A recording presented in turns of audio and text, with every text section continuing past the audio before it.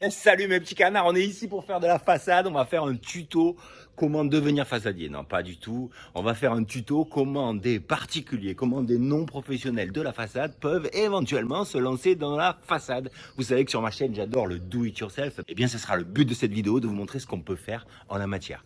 Il s'avère qu'ici, on est sur un chantier, on est chez mon cousin qui habite ici. Il habite à côté de son voisin qui s'appelle Vincent, qui est très sympa. Et tous les deux sont bricoleurs. Enfin, François, pas beaucoup. Il est plutôt dans les chiffres, lui. Mais son voisin Vincent, il est plutôt très bricoleur et ils ont décidé de faire un mur de clôture. Ils ont fait leur mur de clôture. Je suis venu les aider il y a quelques mois de ça pour faire la fouille avec la mini-pelle, mais tout le reste, ils l'ont bâti eux-mêmes. Et derrière moi, vous voyez un mur qui a commencé à être rendu, mais vous inquiétez pas, on revient au début, à la genèse de tout ça dans un instant, d'accord? Le contexte, c'est qu'on fait ça un week-end parce qu'on fait ça entre potes. Ils ont chacun demandé à leurs potes de venir les aider. Et moi, je leur ai dit, ben, la façade, on peut la faire soi-même. Évidemment, j'ai pas de machine à projeter dans une façade, donc on en a loué une, vous allez voir ça dans un instant. Et là, mon but, ça va être de vous montrer si on peut éventuellement se lancer dans ce genre de travaux sans être un professionnel du secteur. Eh bien, comme souvent dans le bâtiment, comme souvent dans les choses que je présente sur ma chaîne, il n'y a rien d'absolument trop compliqué. Il y a simplement des mises en œuvre et des infos à aller collecter. Mais si vous êtes là, c'est que vous commencez à chercher des informations et c'est très bien. Ou peut-être simplement par curiosité, peu importe. Quand on collecte les informations, on finit toujours par y arriver. Vous allez voir que le résultat final, il sera, à mon avis, à la hauteur. Mais ça, vous en jugerez par vous-même, d'accord? Alors évidemment, on n'a pas tous des machines à projeter dans une façade, mais ça tombe bien, il existe des loueurs en France qui vous louent à la journée ce genre de machine. Ça, vous allez le voir dans un instant. Vous verrez aussi à la fin de la vidéo tous les coûts et tout l'aspect économique de la façade. D'autres choses aussi, je vous en parle dans un instant. On a réservé cette machine pour le week-end il y a quelques semaines de ça. Je vous emmène tout de suite voir la genèse de la récupération de cette machine et ensuite vous allez voir toutes les étapes du chantier. Attention, ce sont des non-professionnels qui ont fait ça avec moi. Alors évidemment, moi je travaille dans le bâtiment, mais je suis pas un spécialiste de la façade. Je vous raconterai après les petites expériences que j'ai eues en matière de façade. Mais ce que je veux vous montrer avant tout, c'est ce type de machine. Comment ça s'utilise, comment ça marche, comment on fait une façade. Alors évidemment, là on parle d'une façade qui est un mur de clôture, donc c'est facile les murs de clôture. Il n'y a pas de grande hauteur, il n'y a pas de raccord, il n'y a pas d'échafaudage. Mais c'est très bien pour débuter. Si un jour vous avez dans le projet de éventuellement faire votre façade, eh bien si vous pouvez commencer par des petits ouvrages comme ça, qui n'ont pas trop d'enjeux, on va dire, eh bien c'est très bien parce que ça va vous permettre de vous rassurer. Et je suis à peu près sûr d'une chose, c'est que si vous le faites sur votre mur de clôture, en y mettant le soin et l'attention qu'il faut, vous allez avoir un résultat tellement satisfaisant que vous allez vouloir faire votre propre maison. Alors on va tout de suite, quelques semaines avant, voir la réservation de cette machine, puis ensuite la récupération de la machine. Ah, je suis venu réserver ma machine, ça y est, les dates sont bloquées, on a réservé la machine, on la récupère le vendredi entre 16h et 17h. Et on pulvérise et on travaille samedi et dimanche. Pas de repos pour les travailleurs. Je récupère les tuyaux et après la machine. On est vendredi soir et on attaque demain matin. Je sais pas combien de tuyaux là. Pas mon cas un tuyau, non? Je veux beaucoup de longueur. Je vais demander. Voilà, ça c'est une rallonge en plus. Là, à mon avis, j'ai presque 30 mètres, je pense. Ici. On verra, mais il lui faudra.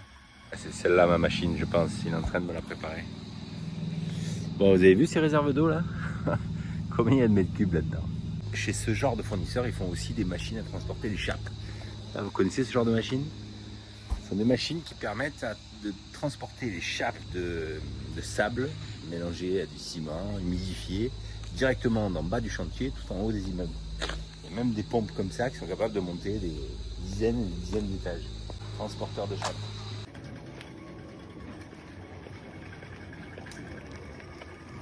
Ah, il est 6h30, on est samedi matin, je viens de charger les derniers petits trucs dont on aura besoin. Mes vieux outils de façade, ça fait un bail que j'ai pas fait de façade, mais c'est pas grave. En gros, il y a des couteaux, bon, des taloches, des truelles, un peu de tout quoi. Mais on va tout vous montrer tout à l'heure. Et je suis un peu fatigué. Parce que comme c'est samedi, hier soir c'était vendredi, et vendredi, fin de semaine, qu'est-ce qu'on fait? On sort, on était un petit chez des amis, et donc du coup, on a fini à 1h du matin. Du coup, j'ai la tête un peu dans le... Mais bon, ça va le faire. Allez, à tout à l'heure au chantier. Et un peu de gasoil pour alimenter la bête. Oh pistache, j'ai failli oublier les règles en alu. Vincent en a quelques-unes, mais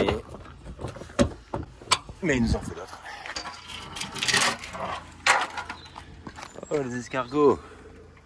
Et le potager juste à côté. Qu'est-ce que vous faites là? Allez manger mes légumes. C'est meilleur. Là, vous nous voyez en accéléré placer la machine sur la position dans laquelle elle est derrière moi. Et on va tout de suite voir le démarrage du chantier et les premières règles en la matière. Dans les grandes lignes, ici, on a un mur qui est assez long, hein. Derrière, un petit abri piscine, vous allez le voir dans un instant. En tout, il y a à peu près 200 mètres carrés de façade à faire. On a acheté, enfin, ils ont acheté entre 150 et 200 sacs de façade. Ça, on verra les consommations plus tard. Et donc on se lance sur ce chantier-là. Ce chantier-là, on le réalise sur un week-end, un samedi et un dimanche. Là, aujourd'hui, on est dimanche matin, mais je vous emmène tout de suite au samedi matin pour démarrer le chantier. C'est du monocouche multi-support PRB, ça vient de chez Laurent Merlin. Combien on a de sacs en tout, Vincent ? 130 sacs, c'est un peu moins que ce que je vous avais dit, j'avais plus le nombre en tête.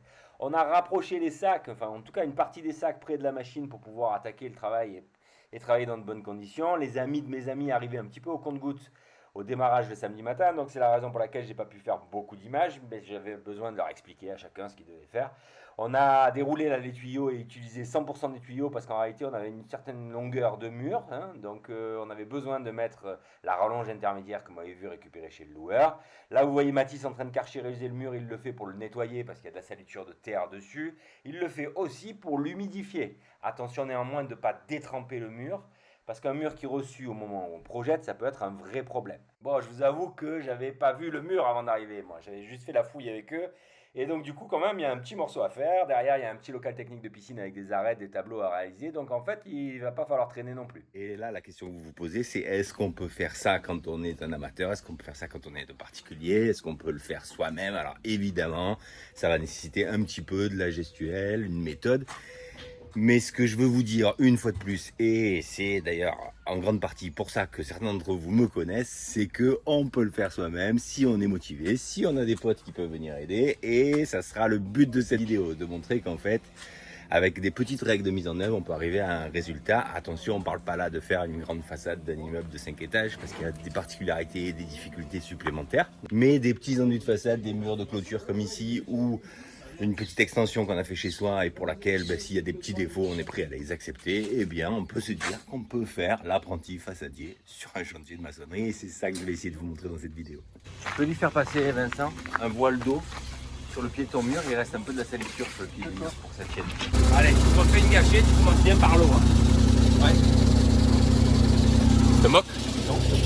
Pas du tout, par contre. Bon, toutes les portions béton, d'accord, c'est-à-dire ça par exemple.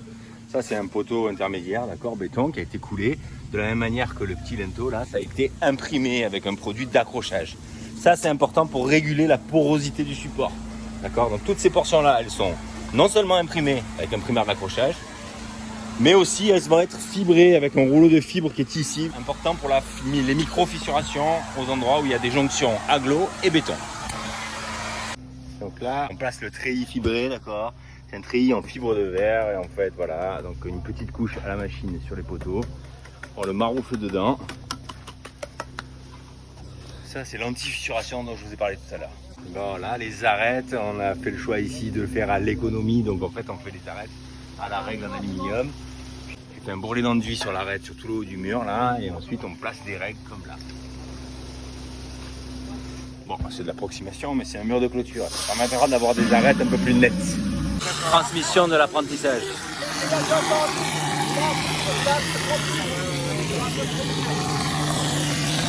Alors, ça fait quoi d'être façadier de faire en piste? C'est quoi? Ça fait quoi d'être façadier maintenant? D'être façadier? Oui, c'est façadier maintenant. C'est quoi? Toi, façadier.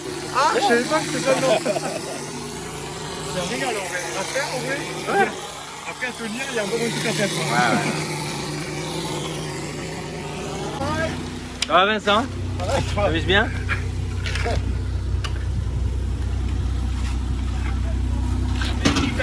La belle bouteille de Paco. Ça va, tout va bien? Impeccable. Qu'est-ce que c'est beau ce que vous faites? Chef découpeur du treillis fibré. Donc là en fait qu'est-ce qui est fait? Il pulvérise une bande, je dirais 5 mm de charge, d'accord. Et dans le frais, j'ai bien dit dans le frais, on n'attend pas, on maroufle la bande dedans. Là en fait qu'est-ce qu'on a fait? On prépare ce côté-là, puisque ce côté-là est très avancé, il nous reste juste le petit bout. Donc on a repassé la lance de l'autre côté. Et là on fera ce petit bout là en passant la lance de ce côté-là, ce sera plus facile. Voilà. Là-bas, je vous montrerai après, je vous montrerai les étapes, mais surtout, on va voir ensemble le détail de la projection et du lissage sur ce mur-là, parce que de l'autre côté, c'était très exigu. Et donc, du coup, pas possibilité facilement de pouvoir vous montrer des belles images. Voilà, le but, c'est que vous compreniez. Ça va, François? Eh ouais, on néglige toujours l'approvisionnement. Eh oui, tu es névralgique, toi. Si tu n'as pas l'intendance, Tu es un mec névralgique. si tu n'as pas l'intendance, comment tu fais? Hein? Bon, tu t'en sors avec cette machine? Tout à l'heure, tu vas expliquer aux gens qui nous suivent comment ça marche. Toi, tu es qui, le contrôleur de ça? Ouais, c'est ça, ouais. Bouba, champion du monde du marouflage de bande dans l'endurée. Ça va, Greg? Ça va impeccable. Ah ouais, là, il y a une erreur de découpe, là. Ouais, un petit coup de cutter. Bon, en fait, sur ce chantier, j'ai beaucoup de chance parce que je devais avoir que des novices, des particuliers. Mais en fait, Greg et Vincenzo, en fait, ils cachent bien leur jeu parce que ils ont déjà fait beaucoup de travaux dans leur vie, donc ils ont quand même un sacré coup de main. Donc c'est plutôt cool. C'est plutôt cool. Vincenzo, c'est le responsable projection. Hein? Et Mathis, qui est l'homme à tout faire, hein, mais façadier aussi, parce que tout à l'heure, il tenait la lance. Et demain, il la tiendra aussi.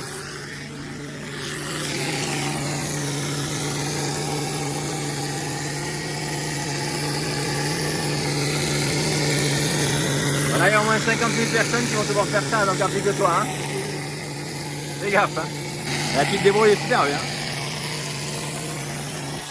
Donc Vincenzo, c'est le deuxième qui en fait a un sacré coup de main, pour être très honnête. Hein. Bon, ça c'est la première passe de partout sur le mur de derrière. Il y a beaucoup d'ombre, donc on ne voit pas bien les choses. Mais ça c'est une première passe lissée avec encore des endroits où on doit revenir. Parce qu'à des endroits, évidemment, il y a de la charge, parce que la maçonnerie n'est pas parfaite, notamment là. Vous voyez qu'ici, en fait, ça c'est une charge qui est un peu importante, donc le produit a tendance à descendre. Dans ces cas-là, on attend une dizaine de minutes. On le laisse un petit peu tirer, on revient avec la lisseuse et on peaufine un peu les choses. Et si je vous montre l'arrière du chantier, ce qu'on a fait tout à l'heure en arrivant, là pour vous donner une idée, on a attaqué ce matin, il devait être 8h45, 9h. Là il est 11h et on a fait donc tout ce mur-là que là. On n'a pas fait ce côté-là parce qu'il sera carrelé. La face avant de ce petit local technique de piscine. Et ici un mur pas évident à faire parce que très peu d'espace, un étendoir à hauteur de tête, donc on a un peu galéré. Mais encore une fois, c'est pas là que je vais vous montrer de belles images pour que vous puissiez appréhender la chose. Voilà. Ce qu'il faut noter, au cas où j'oublie de vous le dire après, c'est que franchement, bien organisé avec du monde, si c'est la première fois que vous en faites, eh bien, c'est pas très compliqué. Vous allez le voir. Là, j'enlève les règles en alu, donc vous voyez que ça fait ça. Ça avait commencé à cailler un petit peu, ça nous fait notre arête à peu près droite, sachant que la maçonnerie n'était pas parfaite. Ça, c'est le moyen économique de faire des angles avec des règles alu. Alors, on ne fait pas ça autour des ouvertures d'une habitation, on utilise des baguettes. Hein. T'es prête, Margot? Tu cadres bien, hein?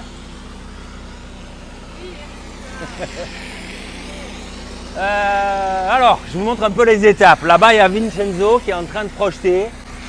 Venez voir. Donc ça vient d'être projeté, d'accord?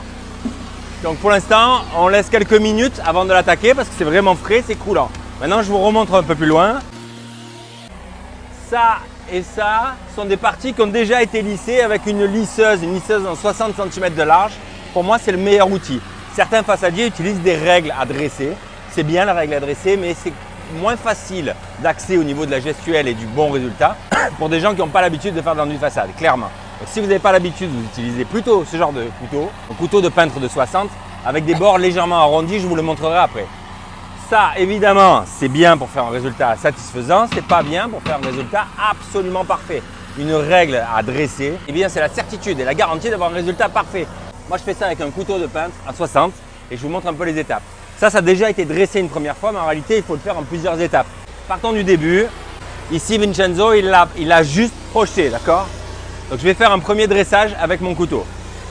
L'idée, c'est d'alterner des passages verticaux et des passages horizontaux pour avoir une planéité du support.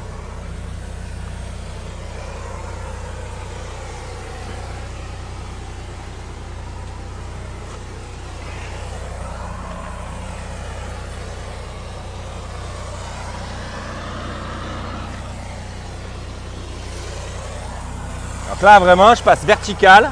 Ça me permet de dégrossir, c'est-à-dire qu'en fait, je répartis à nouveau la charge d'enduit sur le mur. D'accord? Des passages verticaux. Là, je sais qu'il est souple, mon produit. Vous voyez, ça, c'est de l'excédent. Pour l'excédent, il y a une technique. Il faut toujours avoir un seau avec une truelle à vos pieds. Et l'excédent, vous le récupérez comme ça. Hop, il est ici. Je le remets dans le seau. Et cet enduit-là, il repartira dans la machine tout à l'heure. Là, j'enlève simplement l'excédent. Vous voyez, c'est ce que je sais en excédent sur mon mur. Et je continue.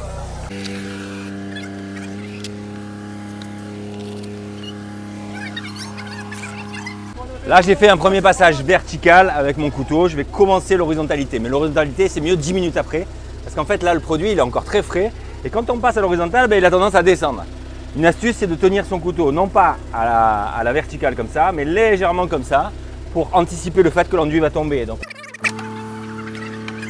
Et en fait, c'est l'alternance de ces deux passes qui va me garantir une planéité de mon support.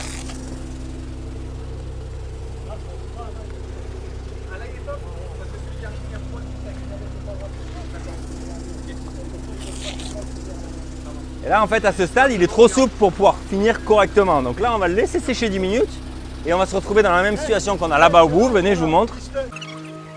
Là, c'était le même topo tout à l'heure, d'accord? Donc, vous voyez qu'il y a des défauts qui sont restés, que j'ai volontairement laissés parce que ça ne sert à rien d'aller plus loin dans le détail, d'accord? Et là, maintenant, je viens corriger ces petits défauts. Pareil avec des passes à la fois horizontales et à la fois verticales.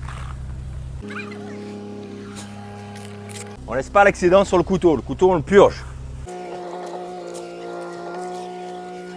La façade, c'est un peu comme la peinture et les enduits. Il ne faut pas vouloir faire parfait en première passe. On fait 2 passes sur une façade comme ça, on en parlera plus tard, du monocouche en 2 passes, c'est bizarre mais c'est comme ça. Si vous voulez faire parfait à la première passe, vous allez passer des heures et finalement vous allez faire moins bien que ce qu'il faut. Margot rigole. Pourquoi tu rigoles? Il faut accepter les défauts en première passe, il faut savoir qu'il y a des moyens de les corriger, vous allez voir ça tout à l'heure. Et c'est la finition qui fera un travail absolument parfait.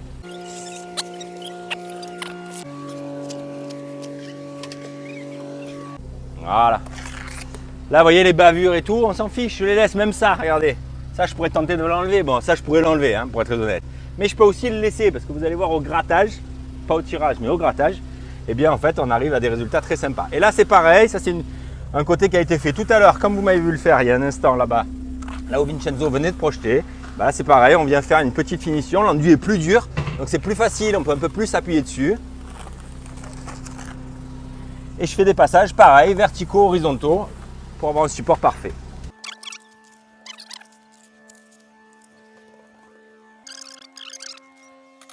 Alors après, il peut arriver sur des endroits où on voit qu'il y a des manques. Vous prenez votre truelle. Si par exemple j'ai un trou, alors regarde Margot ici, là, et là il y a un trou, d'accord? Je peux très bien venir ajouter un tout petit peu d'enduit là et là, d'accord? Un petit coup de truelle comme ça. Et même ça, si je ne le corrige pas avec la lisseuse, c'est pas grave. En fait, en finition, encore une fois, on va gratter tout à l'heure. Vous allez voir, ça fera un résultat parfait. Donc là, on est bon à peu près jusque là, je dirais. Donc je continue ici sur cette portion-là. Si vous prenez au bon moment l'enduit, presque, vous pouvez le faire sans regarder, d'accord? Si là, par exemple, je me mets là et que je ferme les yeux.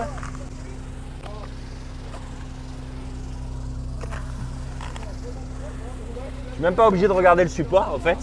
Si je m'applique, bête et méchant, à faire des passes verticales et horizontales, avec la même force sur le couteau de partout, mais en fait j'aurai un résultat satisfaisant. Là j'ai fait mes passes verticales, maintenant je fais mes passes horizontales.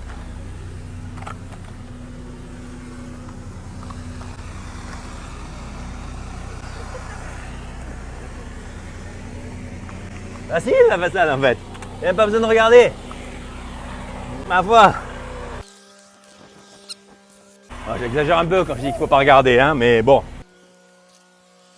Là, il y a un petit manque, là, ici, là. Vous voyez le petit manque qui est là, là?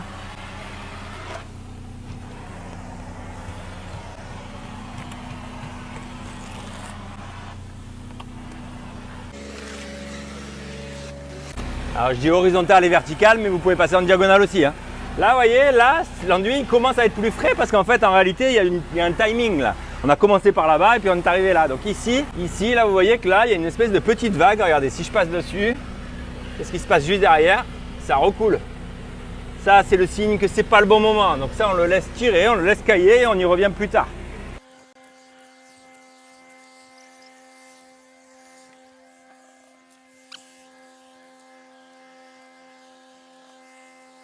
Voilà, là-haut il y a des manques de charge parce qu'en fait ici là on a la règle qui reprend notre arête.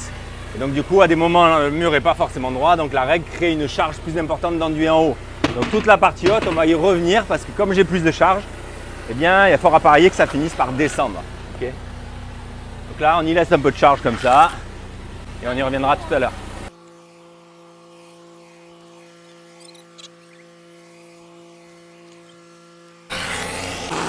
Bon, alors là je ne sais pas si vous allez m'entendre avec le bruit de la machine, c'est loin d'être sûr. L'idée c'est de faire des bourrelets, d'accord? C'est des bourrelets d'enduit et d'y passer à chaque fois le même temps, c'est-à-dire on y passe un temps qui est donné, ni plus ni moins, pour avoir une charge qui est régulière.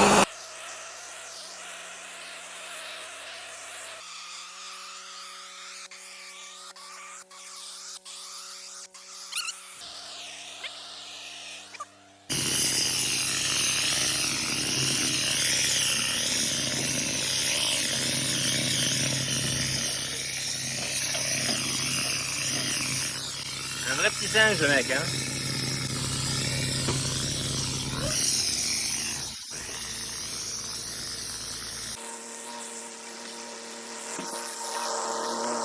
Dès que tu as plus de produit, 4 seaux d'eau dans la trémie principale. Et bouge ton fion. C'est bon de parler comme ça au client, hein? Ah ouais, c'est bon. Là, c'est quand le client il est un peu de ta famille, tu as le droit à tous les droits. Ah, après, il faut que quelqu'un qui a un bon petit coup de truelle là.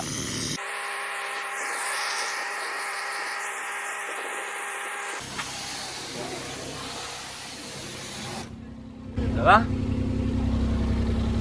Voilà, on fait un petit nettoyage de la machine pour déjeuner tranquille. En fait, on est allé plus vite que prévu. Hein. Il est 1h moins 20 et on a fini la première couche de partout. Exceptionnel cette machine, ça va à une vitesse folle. Là, on fait passer la petite balle dans le tuyau pour le nettoyer. Je vous montre ça après.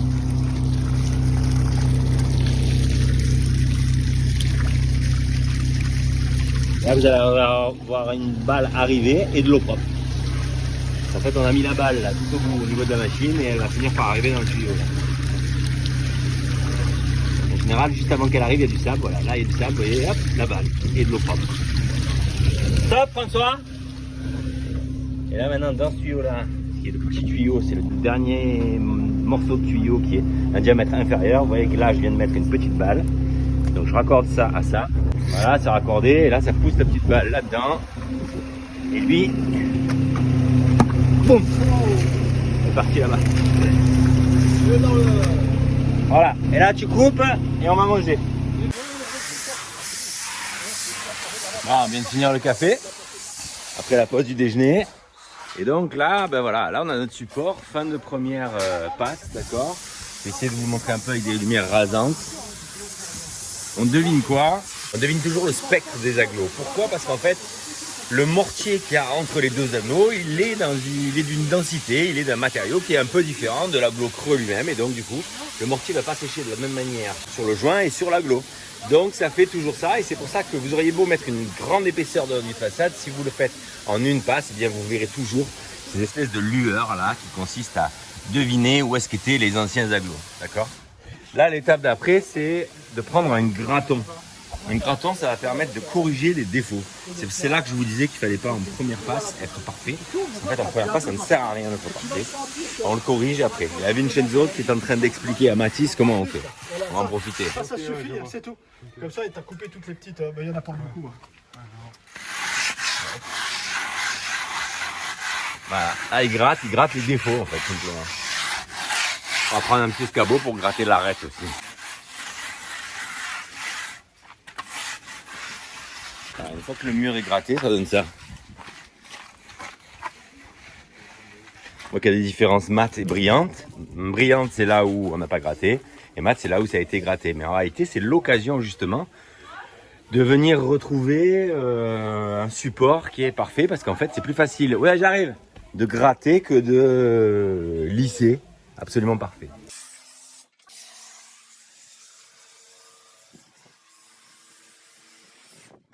Et ça, donc c'est l'autre côté, d'accord, l'autre côté avant grattage. Hein. Si on s'y met ensemble un peu tranquillement. Alors le graton que vous avez vu, l'outil là, je vous montrerai après. Je vous mets là le prix que ça coûte pas très cher. C'est un graton, c'est vraiment un outil de façade assez facile à utiliser. Ce genre de défaut aussi, ça pourrait très bien être gratté comme ça, avec la tranche d'une lisseuse, d'accord. Mais pour ça, la spatule graton, en fait, elle a un intérêt, c'est qu'elle prend une surface plate et bien, en fait, vous corrigez les défauts vachement facilement. Il n'y a pas besoin de forcer, ça vient vraiment tout seul. Et ensuite, la finition, il y aura deux choix possibles dans notre cas de figure. Nous, on est sur un frotassé en finition.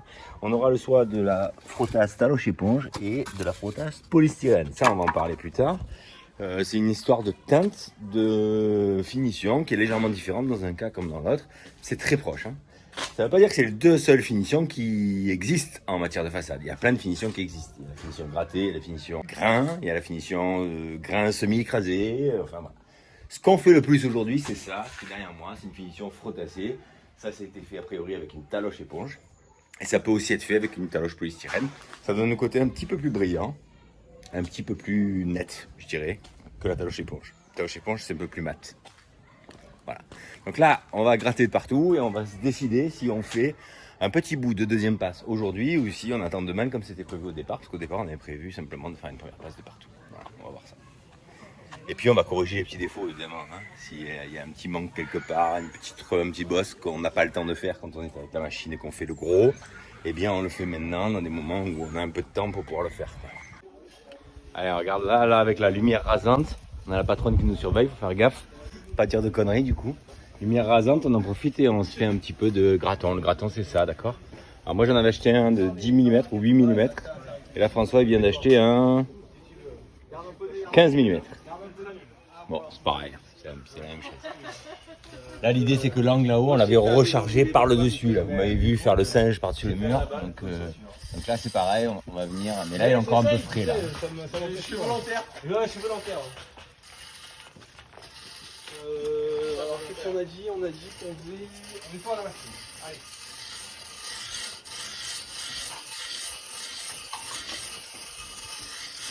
En fait, cette opération-là, elle va gommer tous les défauts. Pas seulement les petites vagues comme là par exemple. Ça, c'est une petite vague, vous voyez? Une vague de spatule. Mais ça, c'est pareil, ça. En première passe, on n'y touche pas. On les laisse, on s'en fiche complètement. Par contre, ça va permettre de gommer aussi les bosses. Là, je ne sais pas si vous le devinez à la vidéo, mais ici, là, j'ai une bosse. D'accord? Une bosse, c'est lié à l'agglo, c'est lié au fait que quand on spatule, quand on lisse, on n'est pas parfait. Mais en fait, cet outil, il est exceptionnel parce qu'il vous remet absolument droit. Si là, je me mets à frotter, vous allez observer qu'en fait, la première portion qui va s'enlever, c'est pas ici qui est un creux, d'accord? Mais c'est là parce que c'est une bosse. Ça, j'ai même pas besoin d'avoir ni un coup d'œil ni un coup de main. C'est ça qui est exceptionnel. C'est qu'en fait, un débutant, il peut très bien, simplement en frottassant comme ça, en mettant une pression un peu régulière sur son graton, il peut rendre le support absolument parfait. Donc là, voilà. Là, je sais que j'ai environ quelque chose comme 1 cm de charge. Et je veux jamais descendre en dessous de 7 mm de charge. C'est bon.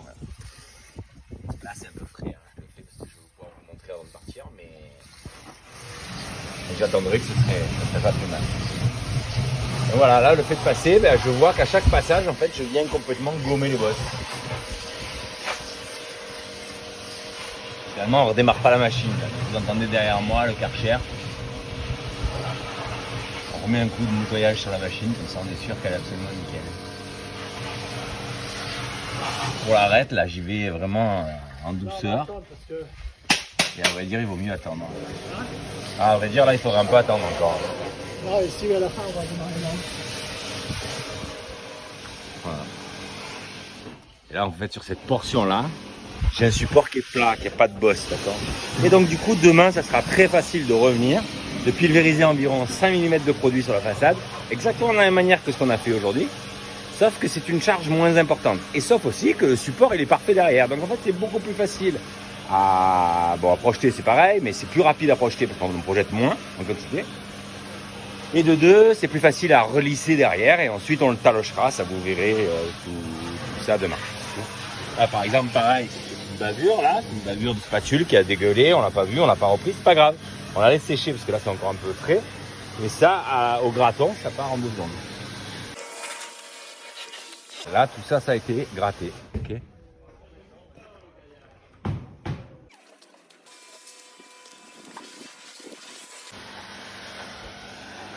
Là, vous voyez, là, c'est encore un peu frais. Là, je mets mon ongle dedans. Il faut encore un petit peu attendre avant de passer le gratin.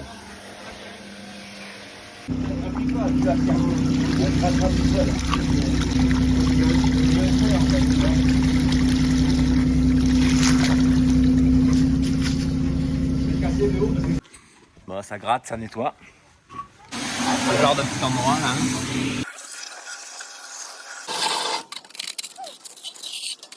Ah, enfoiré. Ah, t'amuses, hein? T'es content, hein? Bon, les façadiers de père en fils, là, ça va, les gars?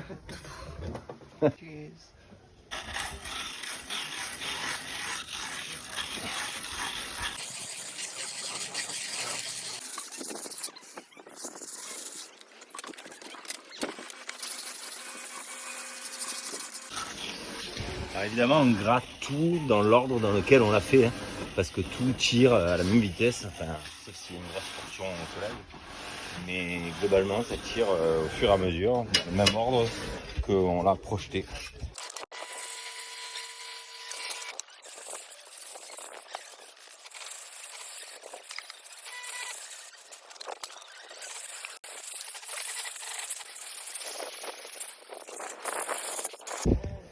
Bah voilà, allez, c'est bon.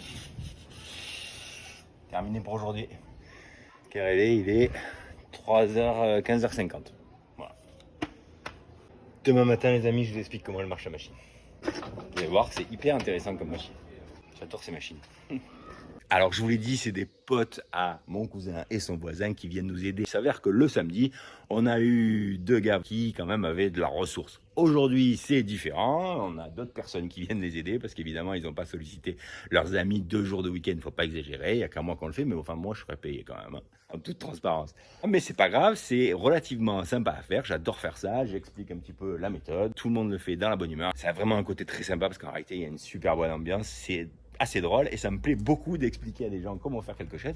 Et à la fin de la journée, il y a une joie qui est pour moi immense, c'est de les voir regarder ce qu'ils ont fait, le prendre en photo, etc. et de se dire, wow, incroyable quand même ce qu'on a fait aujourd'hui. Voilà, ça, j'adore et c'est, je pense, une des raisons pour lesquelles je partage souvent des petites choses que je fais sur ma chaîne. L'autre chose très agréable, c'est qu'on est le week-end et qu'on n'est pas là non plus que pour travailler. Donc évidemment, le midi, on fait des bons gueuletons. Il y a tout ce qu'il faut et c'est plutôt très sympa aussi. Allez, c'est le moment pour moi, avant qu'il y ait trop de bruit, de vous présenter la machine et de vous expliquer comment fonctionne une projeteuse à enduit. D'accord? Ça s'appelle comme ça, une projeteuse à enduit. Projeteuse à enduit, on a un moteur ici avec un compresseur et tout un tas de systèmes plutôt hydrauliques qu'autre chose. Et ensuite, on a 2 parties essentielles. La première, c'est ça, c'est le malaxeur. C'est là-dedans qu'on va préparer les gâchets. Les gâchets avec les sacs qui sont derrière moi ici. Donc ici, on a quoi? On a en fait des pales avec un malaxeur, d'accord? Et ce malaxeur-là, il va préparer la gâchée suivante, ou la première, si c'est la première. Donc ce malaxeur, il va déverser en fait hydrauliquement, parce qu'il est sur des vérins hydrauliques, à l'intérieur de la trémie principale, au fond de laquelle on peut apercevoir une vis sans fin, d'accord? Ça, c'est ce qui va permettre de pousser l'enduit qui est dans la trémie principale vers la jaquette. Jaquette, je sais pas comment on dit. La jaquette, c'est ça, c'est quoi? En réalité, c'est un rotor et un stator avec à l'intérieur une queue de cochon en acier qui tourne dans une espèce de moulage en caoutchouc et qui permet, à chaque fois qu'il prend un petit peu d'enduit, de l'amener dans la jaquette, d'augmenter la pression pour finir par sortir ici, par la sortie qui est là. Et ensuite, on a un tuyau, enfin plusieurs morceaux de tuyaux mis bout à bout, je vais vous montrer ça dans un instant, qui amène l'enduit à l'endroit où on a envie de l'amener, d'accord ? Ces éléments-là, ils sont protégés par des grilles. Évidemment, ce type de machines sont équipés de sécurité. Quand vous soulevez la grille, la vis sans fin s'arrête, d'accord? Il y a un capteur, évidemment, parce que ça peut être très dangereux. D'ailleurs, une petite chose très importante, c'est de jamais poser d'outils sur cette machine. Parce que rien de pire qu'un outil qui tomberait dans la trémie principale et qui viendrait abîmer, bloquer le système. Par exemple, ça, on ne le fait pas quand on travaille, d'accord? Ces 2 bouchons-là que vous voyez, en fait, c'est des bouchons qui permettent de déboucher et la trémie principale et le malaxeur pour les moments où on va faire du nettoyage. Et ça, c'est la lance, je vous en parle dans une seconde. Au niveau de la commande sur cette machine, qu'est-ce qu'on a? On a tout un tas de boutons. Donc là, on a un compteur d'heure. Ici, en 2 mots, on a le démarrage du moteur de la machine. C'est un moteur diesel, je vous le montre dans une seconde. Et ici, on a plusieurs commandes avec des manomètres qui nous permettent de connaître un petit peu les pressions de fonctionnement. Mais ça, on n'a pas besoin de s'en préoccuper. Les principales commandes, c'est quoi? C'est un bouton qui va permettre de monter ou descendre le malaxeur. Un bouton aussi de cette nature-là qui va permettre de mettre en route les pales du malaxeur de manière permanente. Avec une inversion sur ce même bouton qui permet de faire tourner les pales à l'envers. Ça, c'est pour un petit peu remalaxer si on voit qu'il y a des grumeaux ou si on a envie de vérifier un petit peu que tout est OK. De temps en temps, c'est bien de pouvoir le mettre en marche arrière. Ensuite, on a un bouton qui nous permet d'actionner la vis sans fin, c'est-à-dire de mettre en route la vis sans fin. Et éventuellement, pareil, dans sa position inverse, de la faire tourner à l'envers si toutefois, à un moment donné, on a un bouchon ou on a besoin de réaspirer un petit peu du produit dans la trémie. Et ce bouton de réglage qui est ici, là, d'accord, c'est un bouton qui va permettre de régler le débit de la machine, le débit en bout de lance. Ça, je vous en parle dans une seconde. Sur ce type de machine, avant et sur certains modèles, il y a encore un régime moteur. Là, celle-ci est automatique. Elle va se mettre automatiquement au régime moteur qu'il faut pour pouvoir fonctionner correctement. Si on ouvre le capot, qu'est-ce qu'on observe? Alors on observe déjà un joli moteur diesel Kubota 3 cylindres. Ça c'est une bunker. D'habitude c'est des moteurs Lombardini. Là ils ont fait des modèles, je ne les connaissais pas, des modèles avec des moteurs Kubota. Ça pour moi c'est un atout radical pour les machines de chantier parce que ces moteurs Kubota ils sont à toute épreuve sans aucune difficulté. Donc moteur diesel 3 cylindres. Ces échangeurs, je pense qu'il y a bon évidemment l'échangeur du refroidissement du moteur, c'est-à-dire qu'il faut refroidir le liquide de refroidissement.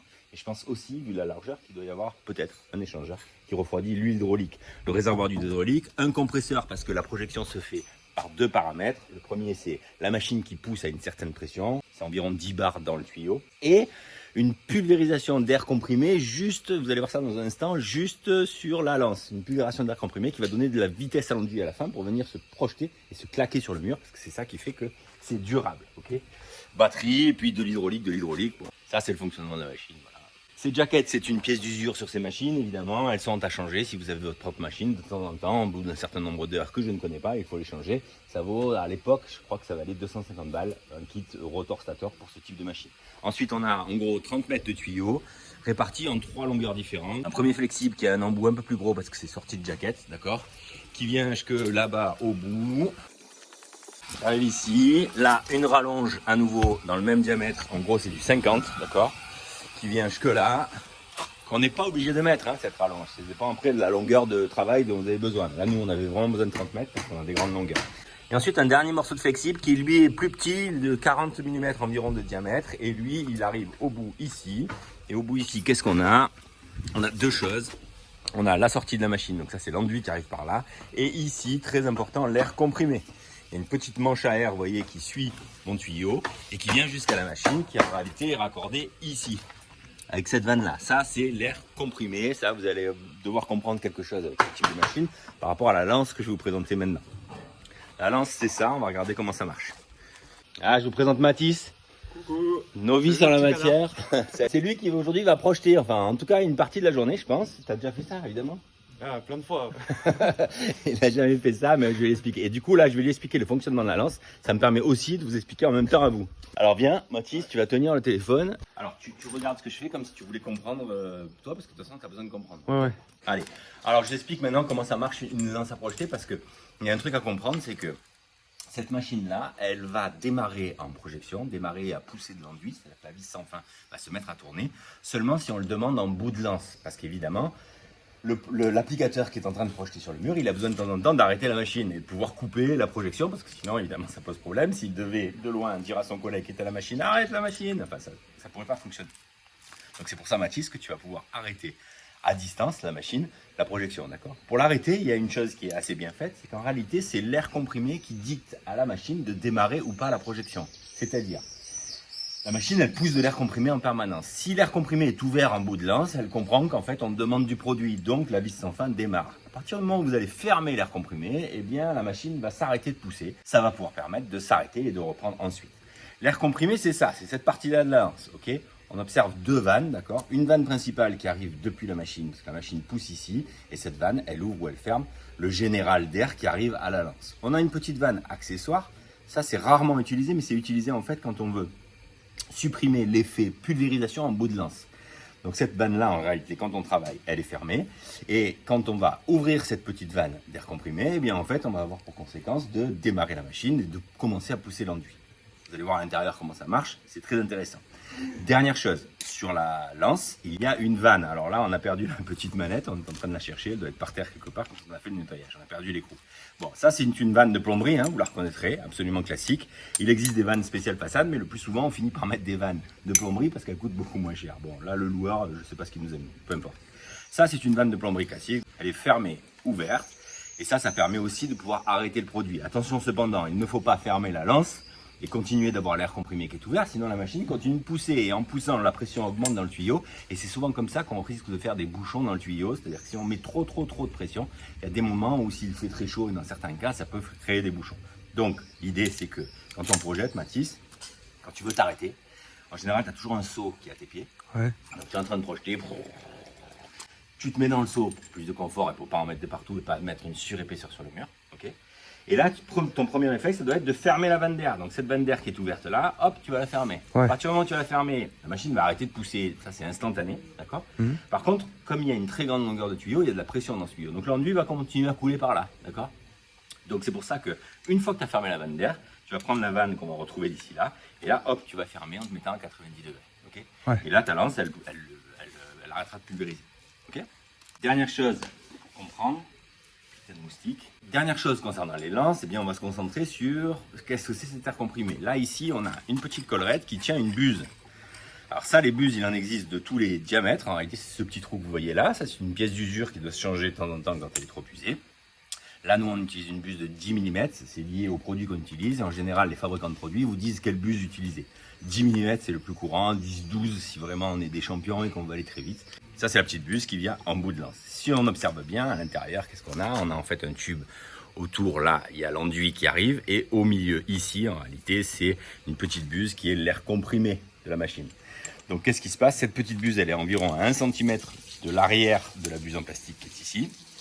Et la combinaison de l'enduit qui est poussé à travers la lance et de l'air comprimé qui souffle à travers le trou mais 1 cm en retrait par rapport à la buse fait cette espèce de jet qui accélère en fait l'enduit arrivé en bout de lance. La machine elle amène l'enduit, c'est un transporteur d'enduit en fait jusqu'à cet endroit là et l'air comprimé le pulvérise sur le mur, le jette sur le mur, ok. Ça tu n'auras pas besoin d'y toucher pendant la journée de travail. La seule chose c'est qu'on va retrouver la vanne pour que ce soit plus confortable pour toi. Donc ça va être accroché à la petite manche à air que vous avez vu il y a un instant. Ça, c'est accroché au tuyau de la façade.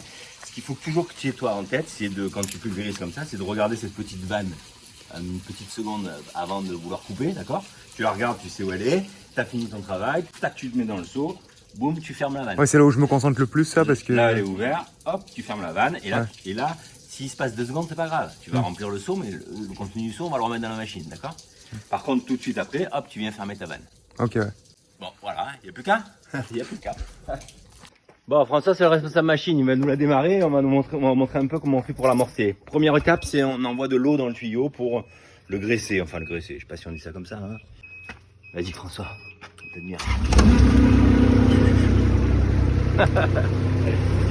Bon, on va mettre quelques seaux dans la trémie principale simplement pour amorcer la machine avec l'eau. D'accord. La vanne d'air qui est là pour l'instant, je vais la fermer. Ah, il y a de l'eau dans la trémie. Donc là maintenant on démarre la vis sans fin. Comme ça, vers le haut. Mais là vous voyez qu'elle tourne pas la vis sans fin. Elle tourne pas. Pour quelle raison? Parce que l'air n'est pas ouvert. Si maintenant j'ouvre l'air qui est là, on observe que la vis se met à tourner. D'accord. Et là ici on a le bout de lance. Et ben voilà, ça y est. Ça coule. Ok. Là tu peux arrêter la vis sans fin, François. Ok, on vide la trémie principale et on attaque la première gâchée. On revient 2 secondes sur les couteaux qu'on utilisait hier. On va continuer à utiliser aujourd'hui évidemment. Donc c'est des couteaux comme ça en 60 cm de large, d'accord. J'ai 2 modèles.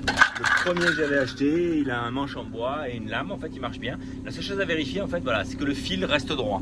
Avec le bois, l'inconvénient c'est que de temps en temps il travaille, même si a priori c'est fait pour travailler le moins possible. Et donc vous finissez avec une lame qui est légèrement tordue. Donc il existe un autre modèle de couteau, c'est celui-là, qui pour moi est mieux si vous devez en acheter un, parce que lui il reste beaucoup plus droit que l'ensemble. Il y a juste une petite astuce à connaître, c'est qu'en fait il faut que les angles de votre couteau soient légèrement tordus. Et en fait ça on le fait à la main, hein, avec une petite pince, on essaie de l'arrondir un petit peu. Ça c'est pour éviter un petit peu les, je sais plus comment on dit, les sardines ou les arêtes, enfin je sais plus comment on dit. Bref, ça vous le faites sur les deux angles, du même côté évidemment. Et du coup, par contre, il faut le savoir, le couteau donc aura un sens pour être utilisé. Donc le petit élément tordu, eh bien vers l'extérieur et le côté plat comme ça. Voilà, ça oblige à utiliser toujours le couteau de la même manière. Les deux sont pareils, hein, les deux ont été légèrement tordus pour pouvoir travailler correctement. Moi, je les garde pas droits, je tords les bouts. Maintenant, je suis pas façadier. Hein. Alors évidemment le graton le lendemain ça sert plus à rien hein. En fait ce qui était hyper facile à gratter et à ébavurer la veille, en fait le lendemain c'est impossible. C'est-à-dire que là je vais poncer les petites dents de mon graton qui se passera quasiment rien sur le mur, quasiment. Après s'il y a une grosse irrégularité, oui ça peut permettre de la faire disparaître, d'accord.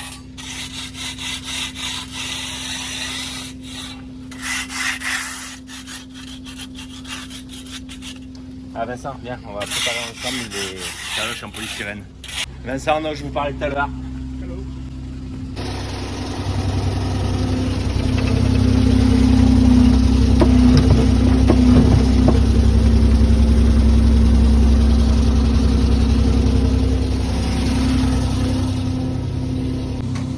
Alors Vincent, regarde, tu vas me filmer, en même temps je vais t'expliquer ce que tu vas devoir faire. Les taloches en polystyrène, on va faire la finition avec ça finalement et pas les taloches éponges parce que hier on a fait des petits essais et en fait Vincent et François ils peuvent faire ce type de finition là. Il faut savoir que ces taloches en polystyrène elles marchent très mal quand elles sont neuves. Je ne sais pas si vous en êtes rendu compte, mais moi je me suis souvent fait la réflexion. Donc pour ça j'ai un collègue façadier qui m'a donné un petit conseil, il m'a dit une taloche neuve en fait il faut l'attaquer, d'accord. Alors on va l'attaquer avec ce graton mais je ne veux pas en mettre de partout non plus, on va se mettre sur la bourrette. Et mon collègue façadier m'a dit aussi un petit conseil qui est assez intéressant je pense, c'est qu'il faut idéalement deux taloches en polystyrène, une pas trop attaquée pour le démarrage, pour le dégrossissage on va dire, et la finition on va faire avec une qui soit quasi rincée, parce que c'est celle-là qui marche le mieux. Pourquoi? Parce qu'en fait elles sont plus fines et si elles sont plus fines elles sont plus souples, c'est-à-dire qu'en fait le galbe il va pouvoir un petit peu se tordre et donc du coup c'est plus facile. Donc en pratique ce qu'on va faire, c'est qu'on va préparer deux taloches en polystyrène, une taloche pour le dégrossissage et une taloche pour la finition. C'est Vincent qui va le faire, je lui montre. On fait comme ça.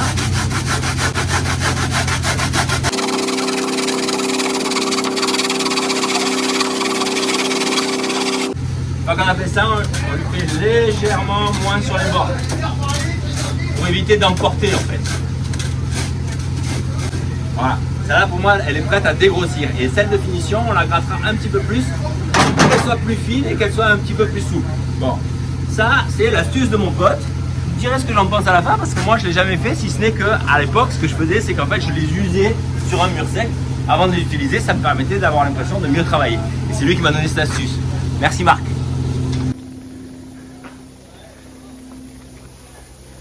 T'entraînes Mathis? Ouais, c'est très là. Tu es parfait, toi, il est parfait, les jeunes ils sont parfaits.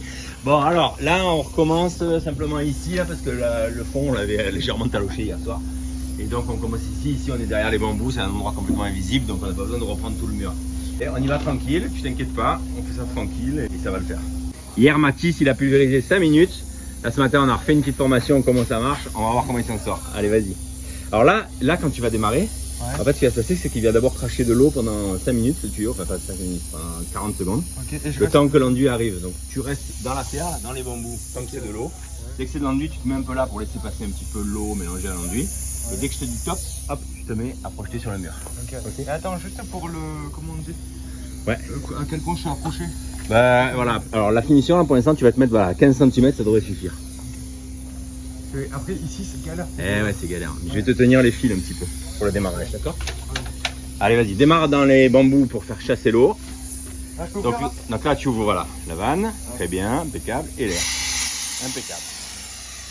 François, démarre la vis en fin s'il te plaît. Merci.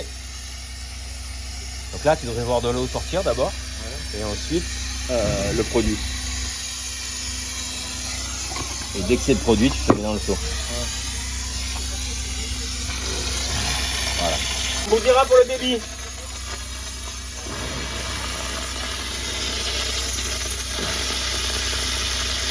T'es pas stressé Mathis? Non.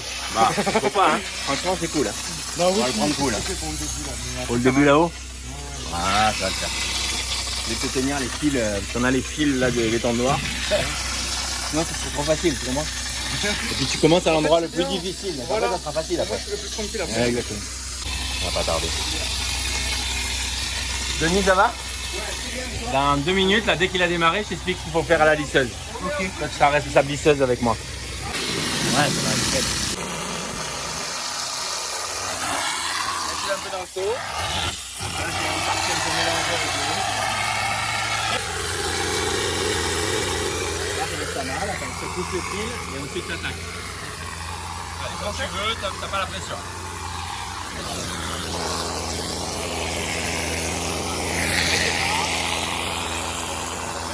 Tu vas mettre un tout petit peu de la...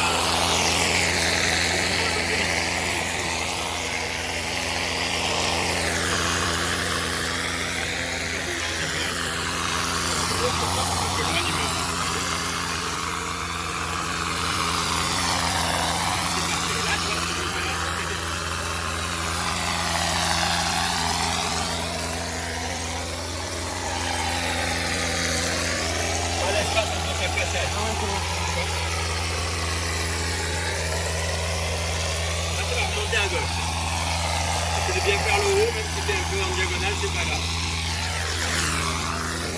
Voilà, décale-toi. Très bien.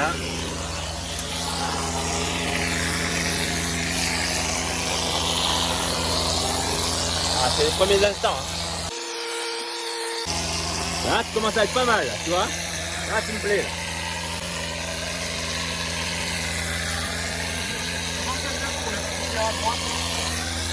Si tu veux essayer de repasser dans les trous là, quand tu arrives en bas, tu le fais et après tu te mets dans le seau une fois que tu as fait les trous, d'accord?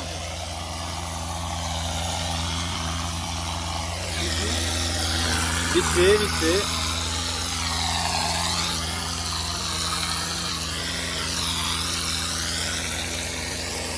Nickel, Mathis, dans le seau. Et on arrête la machine. On ferme d'abord l'air comprimé, parfait. Et après la vanne. Impeccable, bravo. Bon, premier tour de roue pour Mathis, franchement. Encouragez-le dans les commentaires. Mettez-lui des commentaires, il les lira. Hein. Bon, là, tu commences par le plus dur, d'accord? On est là, tu as l'étendoir qui te gêne, tu n'as pas l'habitude et tout machin. Après, dis-toi que ça va être du beurre, d'accord? Ouais. Là, tu vas nous laisser 2 minutes, tu vas te déplacer avec la lance bien comme il faut avec Damien pour te mettre là-bas. Ouais. Et nous, avec Denis, on va commencer à lisser ça. Ok, ça va. Ouais, super. Bah, Denis il va me filmer pour que je lui explique, pour que je t'explique en fait. Donc tu filmes mais surtout tu te concentres sur ce que je dis. Hein. D'accord, mais je parle pas alors. Si tu veux parler, tu parles. J'ai des trucs à te dire. Ah bah oui, tu veux regarder les tutos là. Tiens, prends le téléphone, mets-toi là. Horizontal. Horizontal. Ça tourne, tu vois le compteur d'heure. Allez, vas-y, c'est bon. Tu veux un plan plutôt rapproché, plutôt. Tu veux des plans, des zooms, des dézooms. Allez, d'accord. Comme les youtubeurs professionnels. Bon, là, le démarrage, il sera plus régulier, Denis, tout à l'heure, d'accord? Ouais. Donc, ça sera un peu plus facile que là, d'accord? Non pas que Mathis ait mal travaillé, mais que c'est son premier mur, d'accord? Donc là, on est en théorie sur 5 mm, c'est-à-dire une charge moins importante que hier, d'accord? C'est vraiment que la finition. Mais le geste reste complètement le même pour ceux qui nous regardaient et qui avaient regardé ce qu'on avait fait hier. Là, on va faire alterner des passages verticaux et des passages horizontaux. Pour l'instant, je fais simplement les passages verticaux.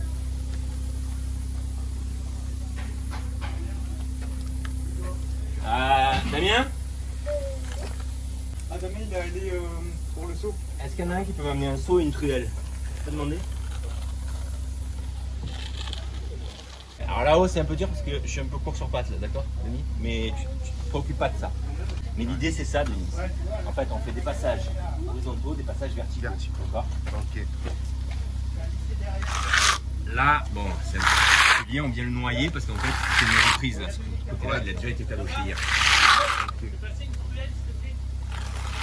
En fait, la truelle, Denis, c'est pour quand tu fais ça, très souvent, il y a des endroits où il y a trop. Quand il y a trop, tu lèves un peu le couteau comme ça, tu le soulèves comme ça, et là, tu te retrouves avec ton excédent ici. Cet excédent, en fait, il faut le purger parce que si tu le gardes sur la spatule, tu finis par tout faire tomber par terre. Okay. Donc, quand tu sens qu'il y en a trop, tu n'hésites surtout pas à enlever.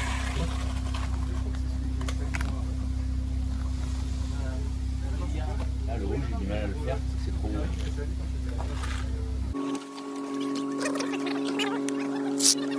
Ensuite, il y a une histoire de timing, Denis. En fait, là, ils viennent le pulvériser. Donc, en fait, c'est impossible d'arriver à une bonne finition à la mesure où il est trop frais, trop couleur. Ouais. Et là, je l'ai un peu dressé, donc je me suis facilité le travail. Dans 5 minutes, quand il sera arrivé au bout du petit truc là-bas, On va revenir. on va revenir Il et va avoir à ce un peu moment-là, pris. on n'aura pas de difficulté à le faire. Mais j'avais lu sur mes dossiers, il faut faire sur mes sachets là, il faut Ouais. 6 heures des fois de prise ou un truc comme ça. Ouais, ça c'est pour le temps de séchage. Voilà, c'est ça. Voilà. Là, le timing, c'est tu projettes, en gros, 10 minutes après, c'est bien de commencer à lisser, et 20 minutes après, c'est bien de lécher la finition. D'accord. À la louche. Et après tu fais la finition quand? La finition, le frottage, ça sera dans 1 heure. Ah voilà, On va lui laisser vraiment tirer, et après on viendra au talochon en polystyrène. ça marche. Ok.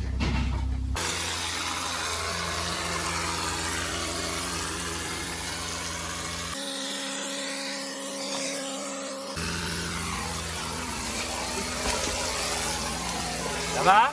C'est pas grave, t'inquiète pas, y a pas de problème.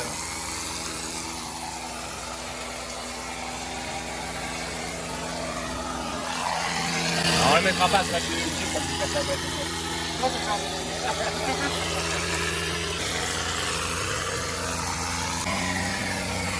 Ça va Denis? Ça va. Denis, l'arrêt du plombier. J'ai mis la ceinture, t'as vu?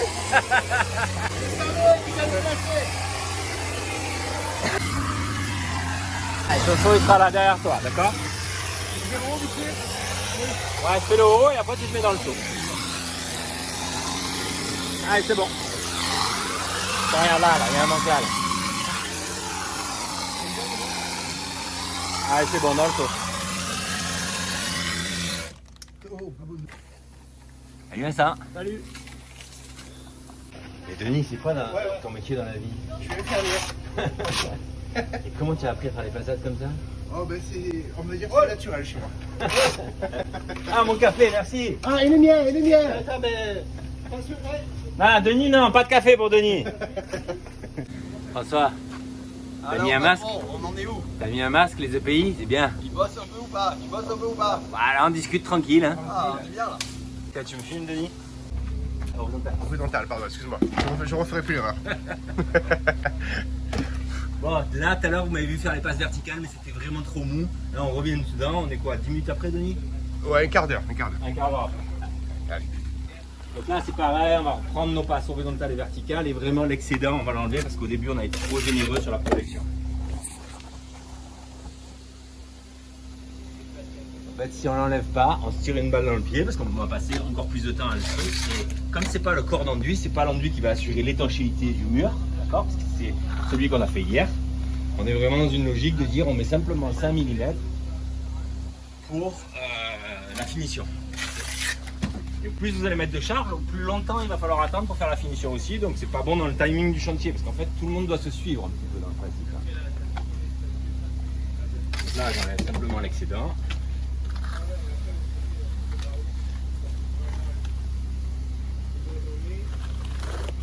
Il vient mourir sur l'ancien enduit.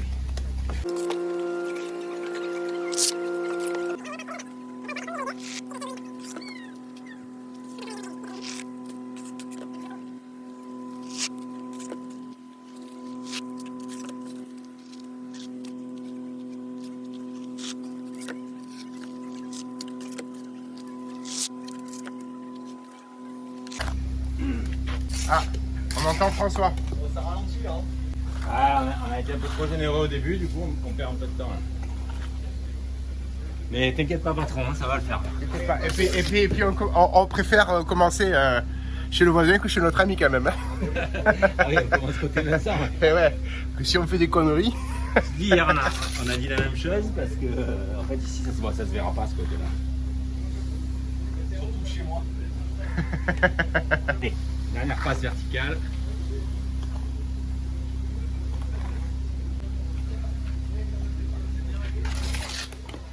Voilà, on peut vite fait jeter un coup d'œil et se dire si on voit un défaut quelque part, on le reprend. Mais là, la finition là-dessus, en réalité, ça va être le talochon en polystyrène. Vous allez voir ça dans, je pense, à 20 minutes, 30 minutes. Ça dépend de là, on est à l'ombre, donc peut-être que... profite de cet intermède pour remercier à nouveau mon pote Marc qui est façadier. Et comme ça faisait un bail que j'avais pas fait de façade, eh bien un petit peu avant le tournage de ces vidéos, eh bien je lui avais un peu questionné. Et puis un petit peu après pour vous donner quelques chiffres à la fin de la vidéo. Donc voilà, je te remercie Marc et je dis aussi à tous les autres, ceux qui éventuellement ont la chance d'habiter dans le sud-est de la France, pas très loin de Gemnos, Cuges et les environs. Marc est façadier, il est très sérieux. Si vous cherchez quelqu'un de fiable, eh bien ses coordonnées seront dans la description de cette vidéo. Donc si vous n'êtes pas intéressé pour le faire vous-même, mais vous voulez le faire, vous avez cette possibilité-là éventuellement. Voilà, là, ce genre de petits défauts là, c'est comme hier. Ça sert à rien de vouloir essayer de faire un truc parfait à la lisseuse, on n'est pas là pour ça. Ça, c'est le talochant en polystyrène qui finira le travail. Okay. Donc là, on va continuer sur la partie courante en mettant moins de charge, parce que là, on a trop galéré, on a mis trop de charge. Et ensuite, vous allez nous voir, prochaine étape, ce sera le talochant en polystyrène. Merci Denis.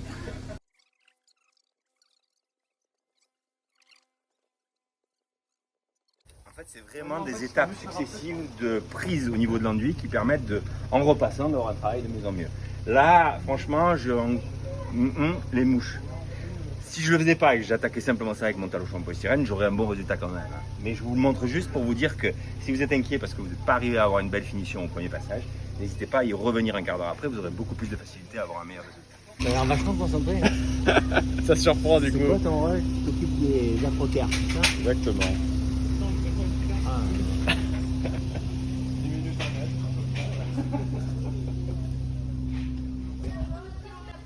Bah, c'est cool, hein, il y a tous les potes et tout, du coup ça bombarde de partout. Le seul problème qu'on a là, c'est que tout ce qu'on a projeté en réalité, c'est beaucoup plus long à talocher que ce que je pensais. Peut-être que la température extérieure n'est pas suffisante pour dire...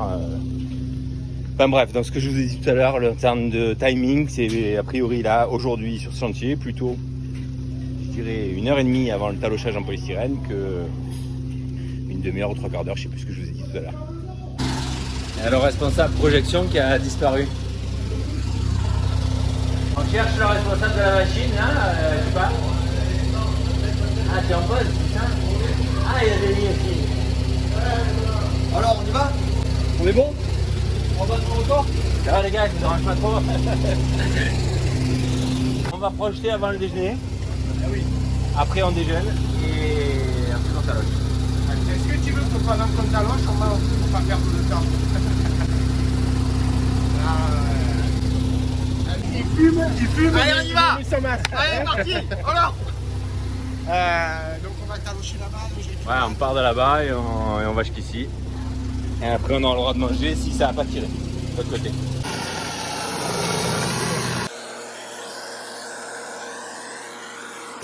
Ça y est, Mathis, il est façadier.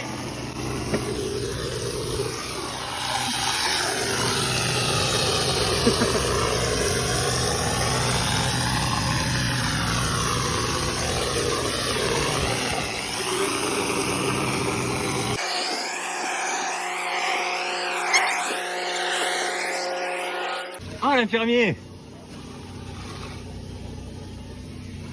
Il en manque? Un peu là. Un petit peu?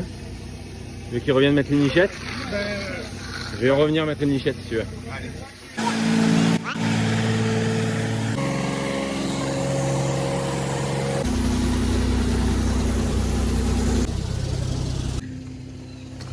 J'ai failli tomber. Mais non, mais apparaît pas sur la vidéo, toi, avec ton trépied. On va y revenir et en fait ça sera on va talocher moi sur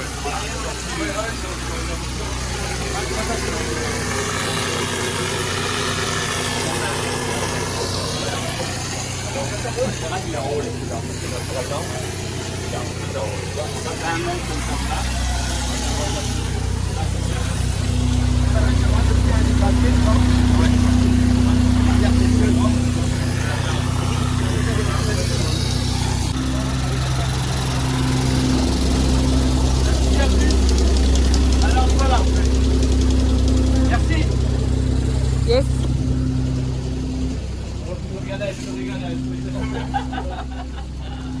Chacun sa mission aujourd'hui. Youpi. Ouais, j'ai la meilleure de toutes.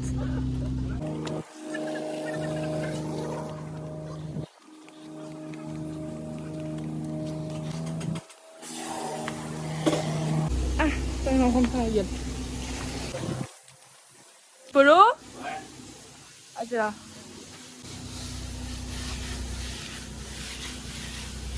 Ça tourne hein? Oui. Ok. Le petit canard, il commence à être temps de talocher. Alors, pas à tous les endroits, c'est assez étonnant. Donc mais en ils fait, appellent par les petits exemple- canards. Oui. Ah, T'as jamais regardé une de mes vidéos? non, Je dis toujours salut mes petits canards. non, j'ai jamais regardé.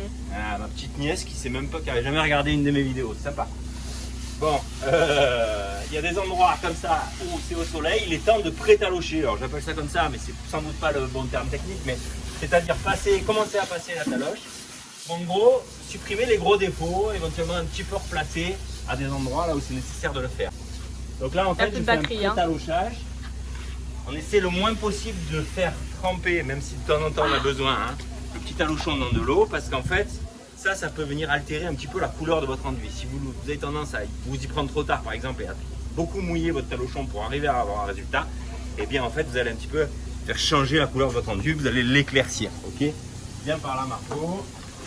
Donc là, ce côté-là, par exemple, a priori, il doit être temps de commencer à le talocher. C'est-à-dire que si on s'approche, ça marque à l'ongle, d'accord? Mais quand je taloche, j'emporte jamais de matière. La limite, c'est ça. Si c'était trop frais, en fait, j'emporterais de la matière. Ok. Donc là, je fais une espèce de petit talochage de partout. Ce qui n'est pas la finition, hein, mais c'est pour préparer un peu le terrain de la finition.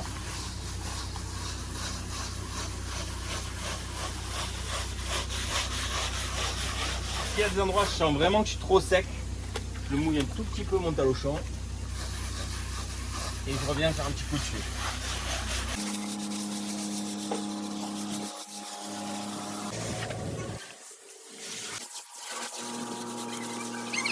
Putain, je m'en prends plein dessus. Là, ça c'est pré-taloché, on y revient tout à l'heure, d'accord?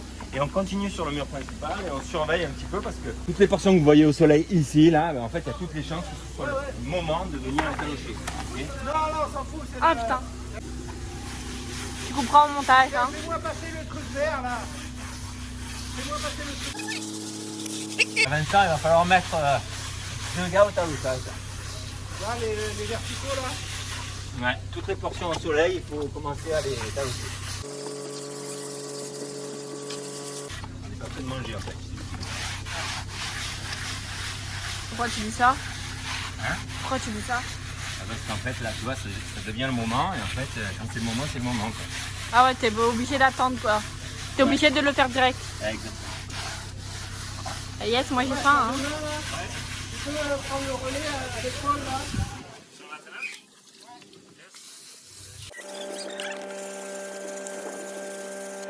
Il y a une deuxième taloche qui est là. Viens à côté de moi, je commence à te montrer un peu le geste. Donc il faut réhumidifier un petit peu la taloche. Tous les demi-mètres carrés environ, je dirais. D'accord. C'est un bon passage qui permet de couper tout ce qui déborde. Ouais, tu vois. Ça vient un peu corriger les défauts, quoi. Là où c'est le plus sec, c'est sur le haut du mur. D'accord. Donc c'est peut-être là qu'il faut commencer par mettre exactement un peu plus d'eau. Alors pas trop.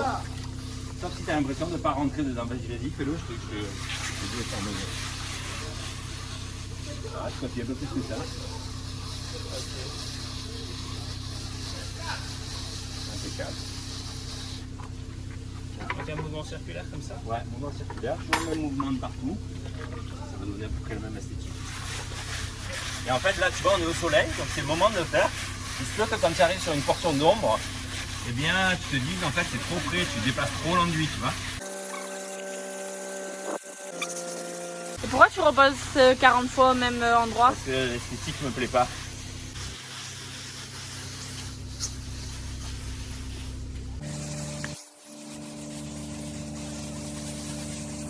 À tout à l'heure pour d'autres images de la finition. Et nettoyage de la machine, on est en train de pousser un peu tout ce qu'il y a dans la crémie pour que ça puisse passer le plus possible.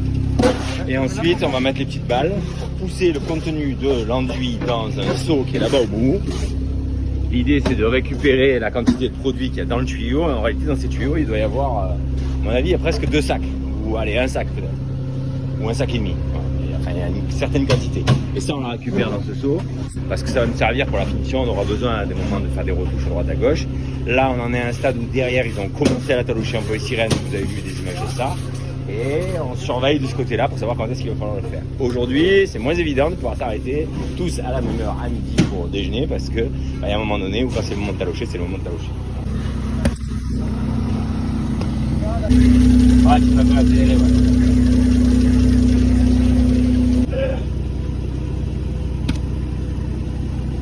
Vas-y, arrête la vis enfin.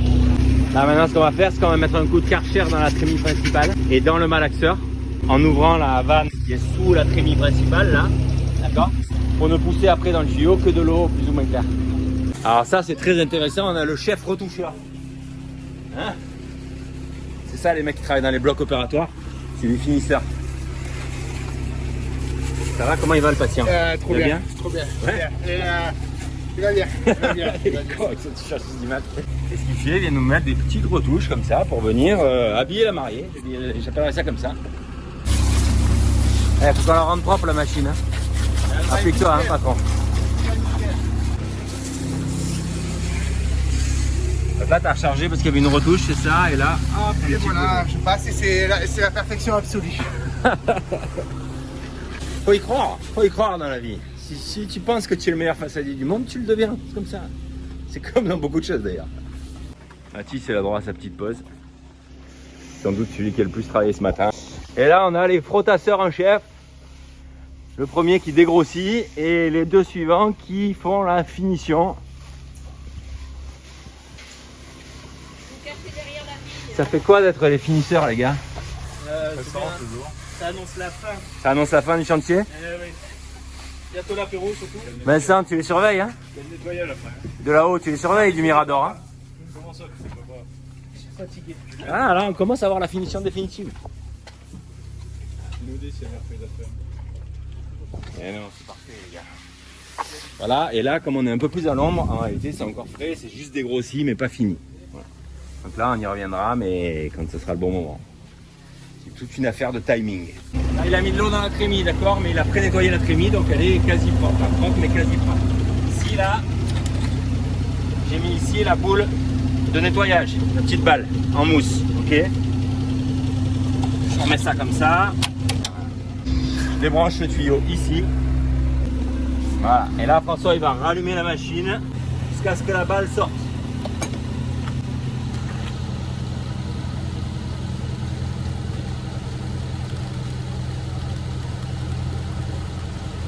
Vous voyez en quantité, qu'est-ce qu'il y a dans le tuyau? C'est énorme. Il y a moins de 2 sacs, je pense. Voilà. Voilà. Arrête la machine, François. Là maintenant, je remets le petit tuyau. J'ai mis la petite balle aussi, d'accord? Voilà, là c'est de l'eau qui sort. Elle n'est pas propre, hein, mais c'est de l'eau qui sort. C'est un pré-nettoyage du tuyau. Ensuite, on va arrêter la vis en plein. On va complètement nettoyer la machine, complètement nettoyer la trémie, remettre de l'eau claire dedans et repasser une dernière fois les 2 balles. Et la machine elle sera nettoyée, prête à être rendue. Petite astuce, si jamais c'est votre machine ou si vous voulez absolument qu'elle reste toujours nickel, les machines à passer dans une façade, ce qui est bien, c'est de les recouvrir d'huile de décoffrage. Là, vous savez, l'huile qu'on utilise sur les panneaux de coffrage pour décoffrer sans trop de difficulté. Ça, c'est une huile qui est parfaite pour enduire 100% de la machine au rouleau ou au pulvérisateur et être sûr que la machine reste toujours propre. C'est une bonne technique. L'autre technique, c'est d'utiliser du gasoil. Il faut savoir que dans le temps, ça peut un peu noircir vos peintures. Plus personne sur le chantier. Qu'est-ce qui se passe?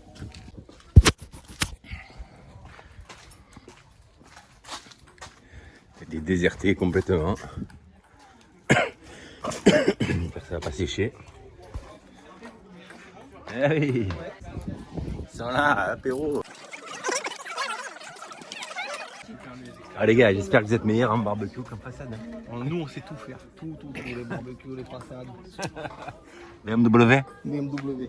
Pour ceux qui auraient la rêve du BMW, qu'ils n'hésitent pas à la mettre dans les commentaires, ça va me faire marrer de voir si certains l'ont ou pas. S'en est suivi une période où on a un petit peu tous taloché, au talochant en polystyrène, on s'est un peu relayé, on a dû un peu réhumidifier le mur avec un voile de Karcher de très très loin parce qu'il y avait des endroits quand même ça tirait, et particulièrement sur le haut du mur. Ce que vous me voyez faire là, c'est en fait une finition grattée sur le haut du mur parce que en fait c'était trop tard pour le talocher au talochon en polystyrène. Ah Denis, ça te fait plaisir d'enlever le plastique, hein? Ah ouais. C'est satisfaisant ça. J'ai dit Matt. Attends, c'est quoi c'est du cannabis qui est sur ta casquette? Non, c'est la casquette de Sanji. Ouais, je sais. Tu viens François, on le fait ensemble? Allez les gars, Allez, faites-le à François, deux, faites-le à allez. deux, allez. Je le fais tellement C'est la fin du chantier les gars. Ouais, bravo. Bravo les gars. On a fini. Qui a choisi blanc pour le jeu de dilatation là? Maintenant c'est fini. Bravo. Au revoir Jean, on s'en va. Merci à toi.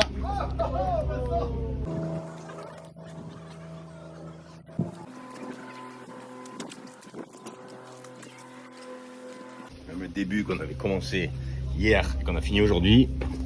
Vous voyez, en fait, on est venu le noyer là comme ça. En fait, ça se voit peu, hein. Bon, ça se voit vraiment si on cherche à le deviner, on le devine, mais enfin, c'est accessoire quoi. Dilatation. Olé. Bon, voilà, ça touche à sa fin, les gars. Il n'y a plus que le volet économique. Maintenant, dès que je suis un peu tranquille, je vous parle de combien ça coûte. D'abord, combien ça nous a coûté. On va demander à Vincent d'ailleurs combien il a payé.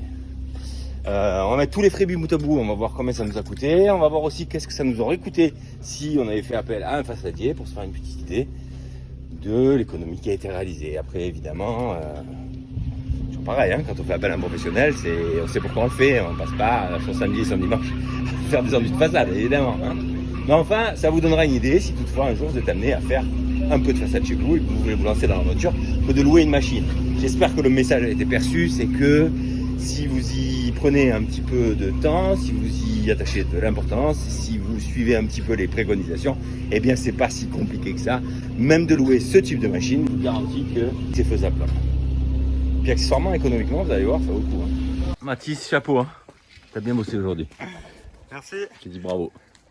Patron. Merci à toi, patron. C'est le meilleur.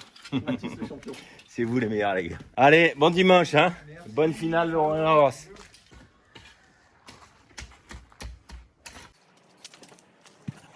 Lundi matin, 7h30, je suis chez le loueur, je ramène la machine, je vais me faire la facture, comme ça je vais pouvoir vous dire combien ça coûte. Et puis je vais pouvoir aussi faire avec vous le point économique de l'enduit de façade. Je vous ai parlé des jaquettes en tout début de vidéo.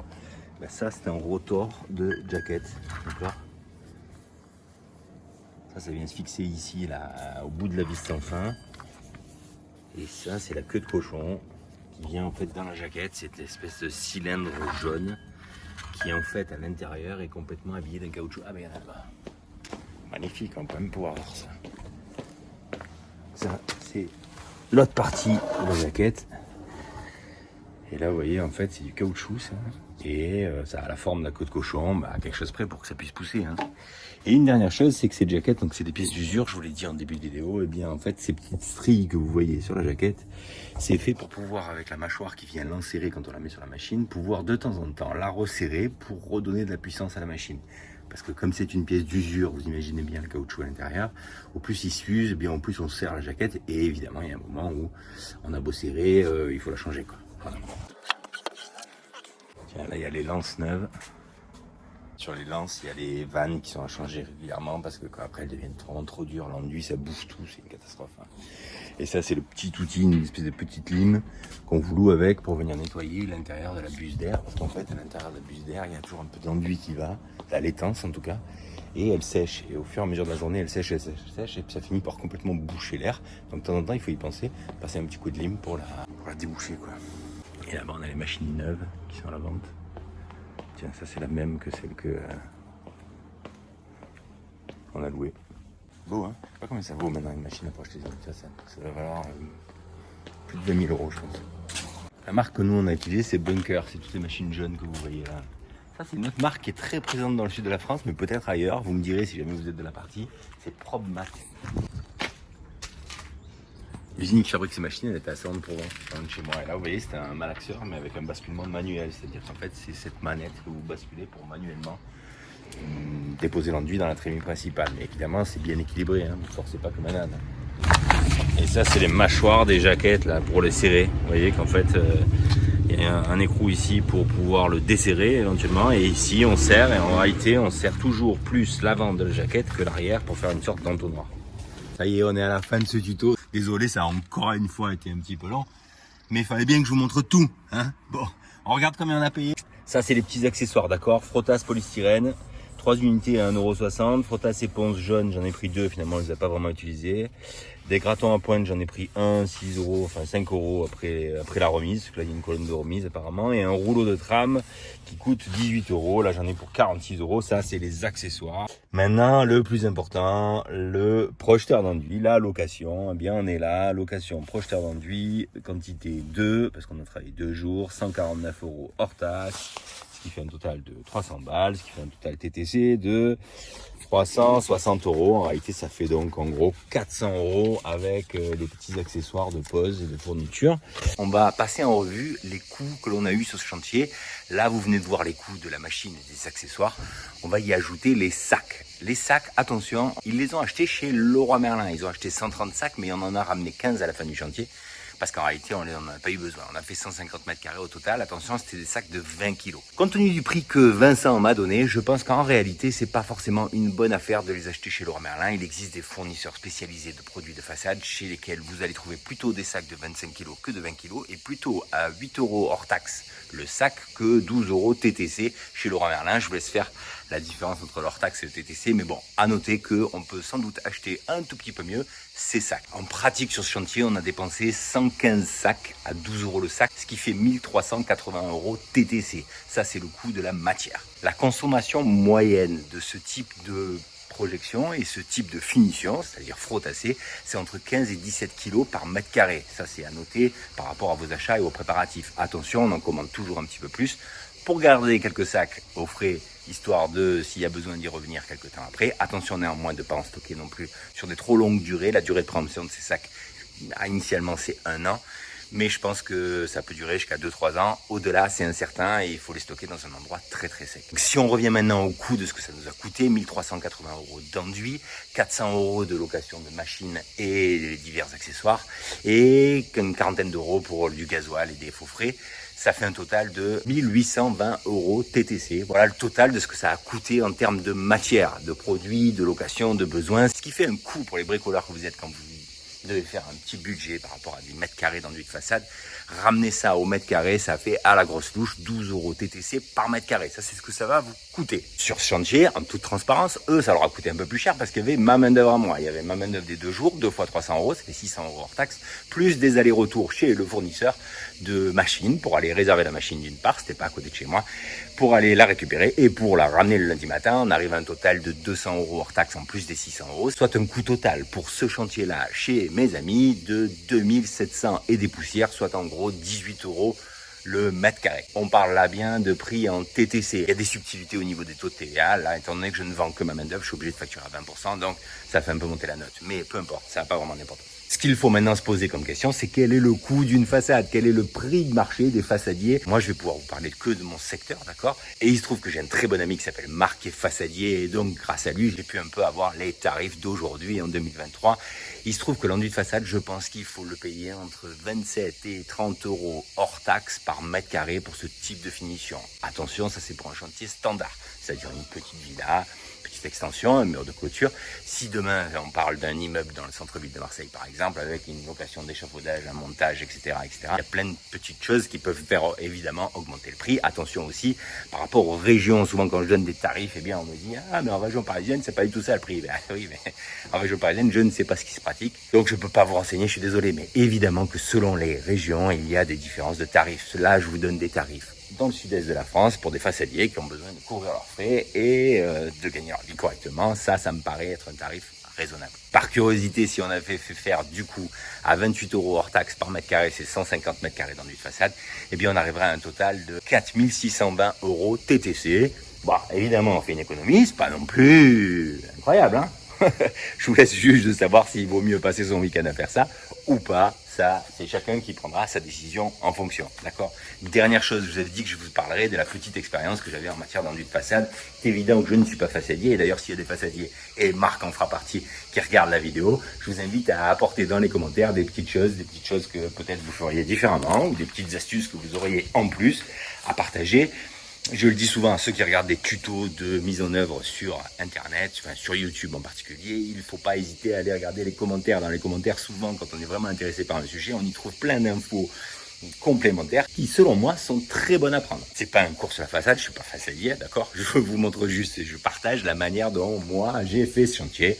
Vous prenez ce qui est bon, vous jetez le mauvais, et j'espère en tout cas que ça vous aura intéressé et rendu service. Ma petite expérience en matière de façade, c'est qu'en fait, il y a quelques années, alors longtemps maintenant, ça fait 15 ans, j'avais un chantier de façade à faire pour moi, un petit immeuble dans lequel je faisais plusieurs logements et les façades n'étaient pas faites.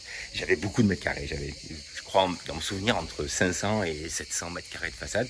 Et je m'étais dit à l'époque, en bon vieux radégout que je suis, attends, moi je peux pas le faire. Alors, je m'étais un peu renseigné, etc. J'avais fini par acheter une machine sur le bon coin, 5000 €, une Pouce Mester.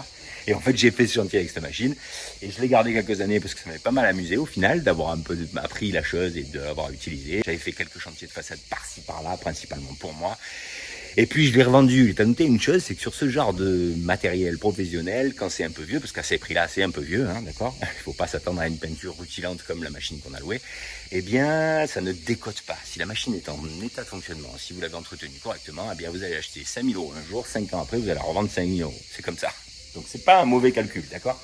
Maintenant, je vous invite pas forcément à acheter des machines, puisque si vous avez la chance d'avoir un loueur dans votre secteur qui la propose à la location, honnêtement, faut pas s'en priver. Voilà, donc merci beaucoup. Ce tuto, il était encore une fois très très long.